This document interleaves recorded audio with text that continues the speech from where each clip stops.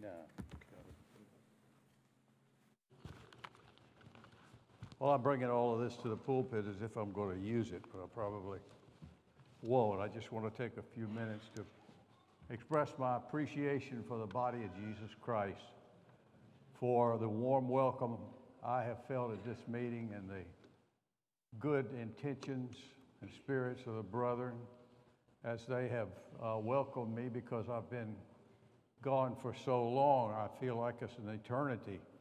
I feel like I have been in a foreign land, in another place. There's no spirit like you'll find in the body of Jesus Christ.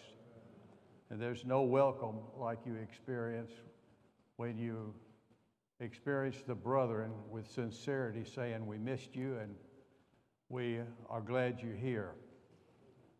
I think it's a grand testimony to the love of God that is in this group. I don't think you can really have the love of God unless you have faith and hope in their right places, which will generate the love of God. You just can't have the love of God in a vacuum, but you have to have faith that is taught, and you have to have hope in reality in order to produce the kind of love that Paul was talking about. You know, they are the three graces that we have extended to us. They're partly our experience and development, but they are more the gift of God. Now abides faith, hope, and charity, but the greatest of these is charity, and the reason for that is because you have to have the other two.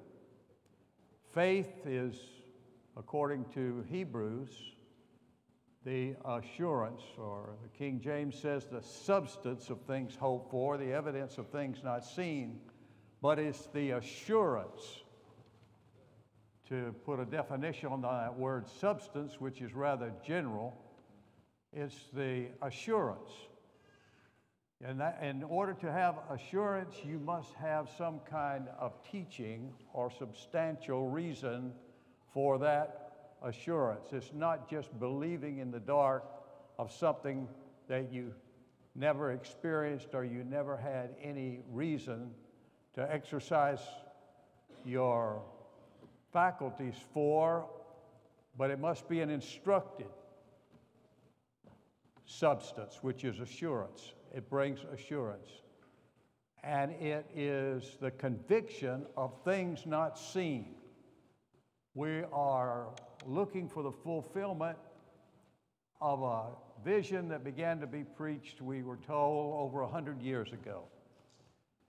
And here we are at this place in history, and we're still looking for the realization of that, but we do see some evidence of the love of God. I wish we had it in a complete sense of the word.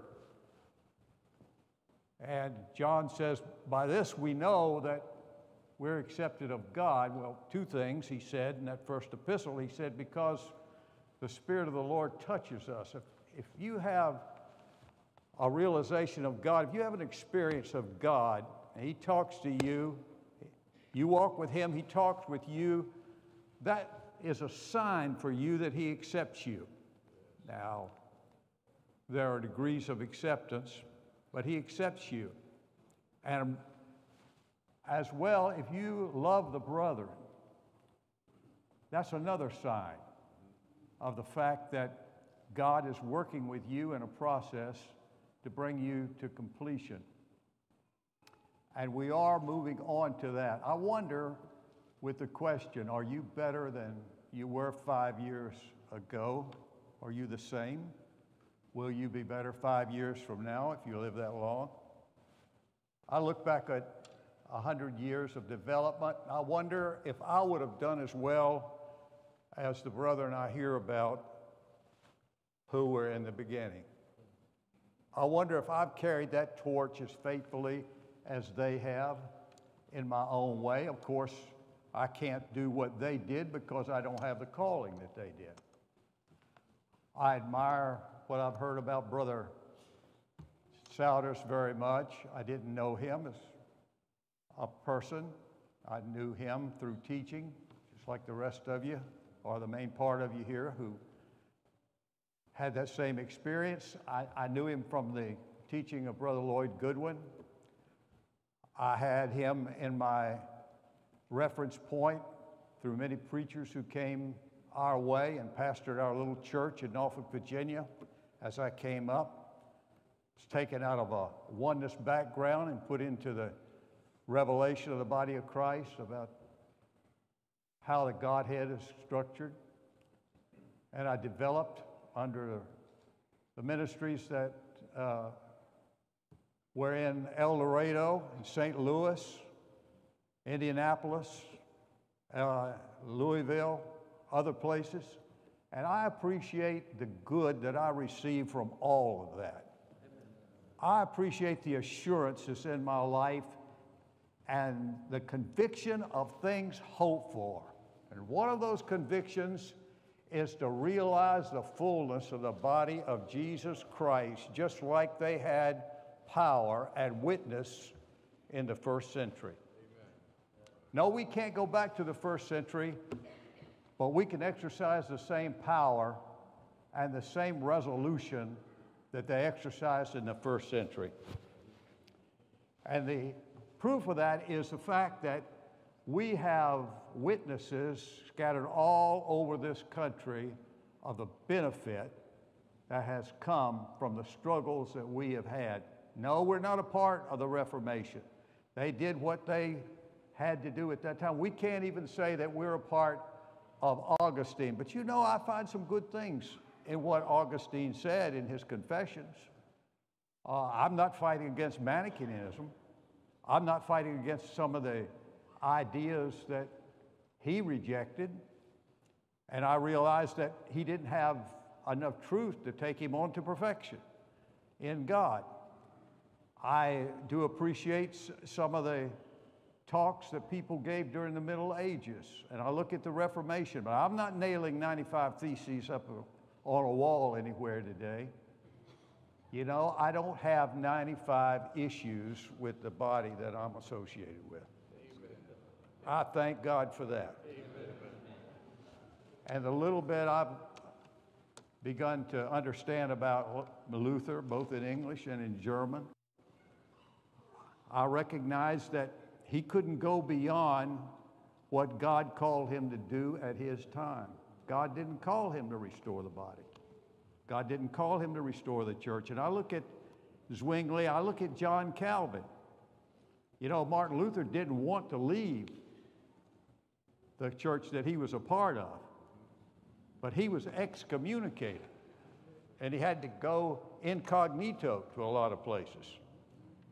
And he finally came to the resolution that he and that system had nothing in common, that he had a revelation that went beyond them, and he could not be a part of them. It was an act of God.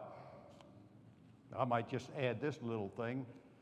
It's a little self-justification, but I hadn't been around you, brethren, for quite a while in the recent past. Maybe that's your blessing. It's my loss, but it's your blessing. Maybe you were able to do some things that I would have run contrary to in that time. But you know, I don't want to be contrary. I don't always want to take the opposing view. I don't always have to express my opinion.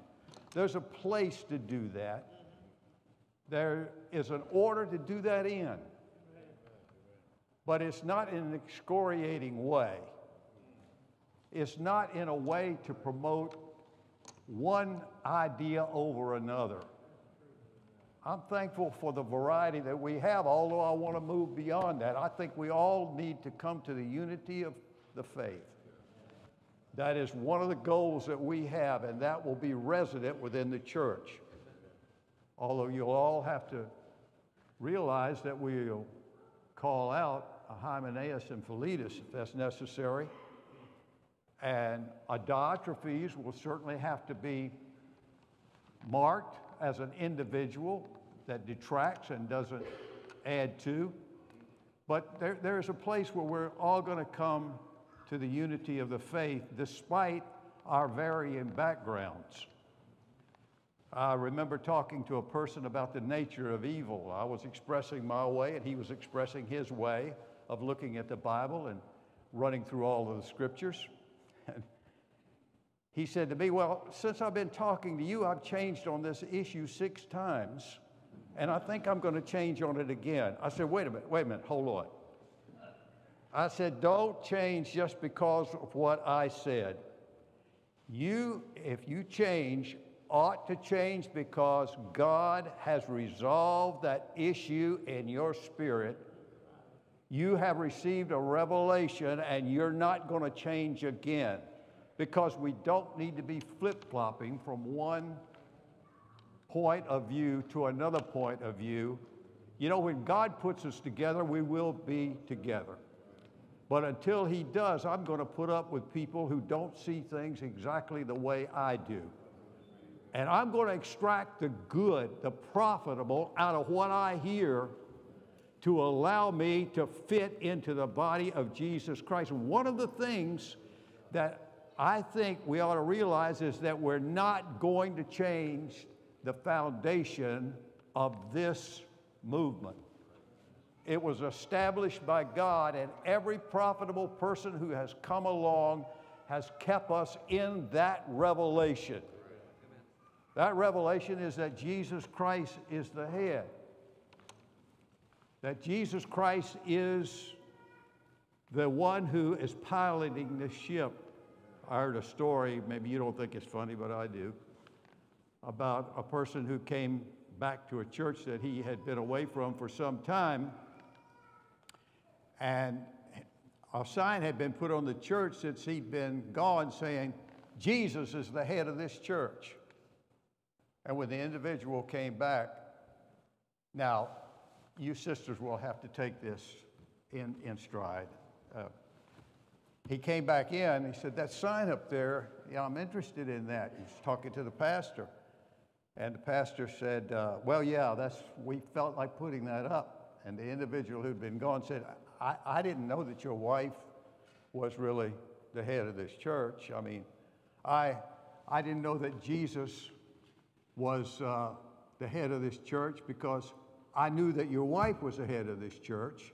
And since that time, you know, that's why I left to begin with.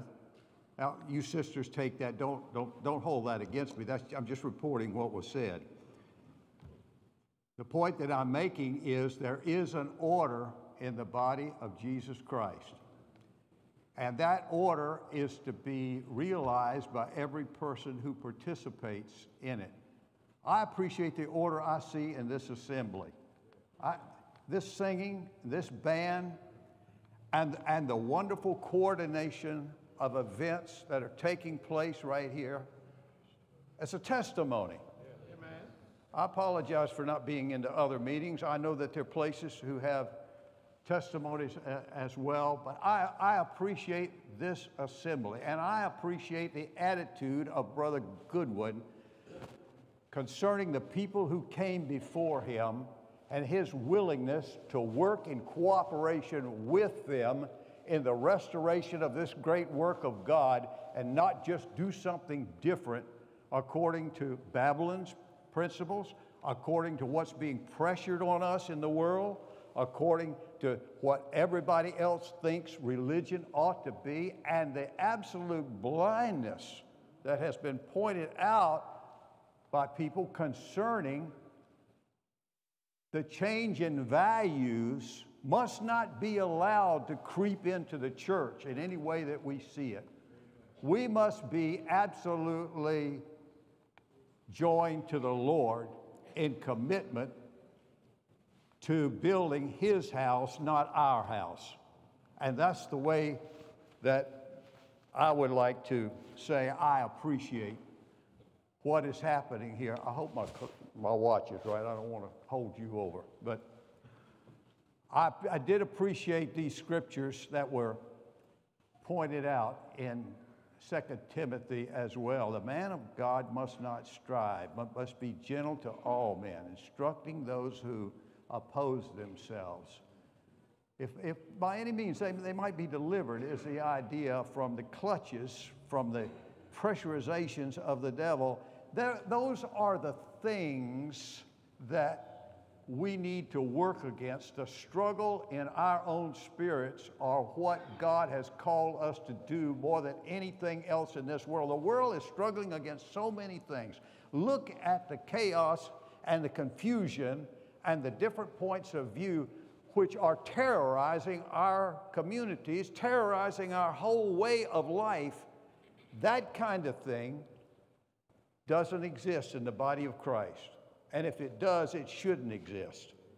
The kind of thing that goes on with the body of Christ is the wrestling against our own spirits and the pressures that the enemy puts on us in general to keep us from coming under,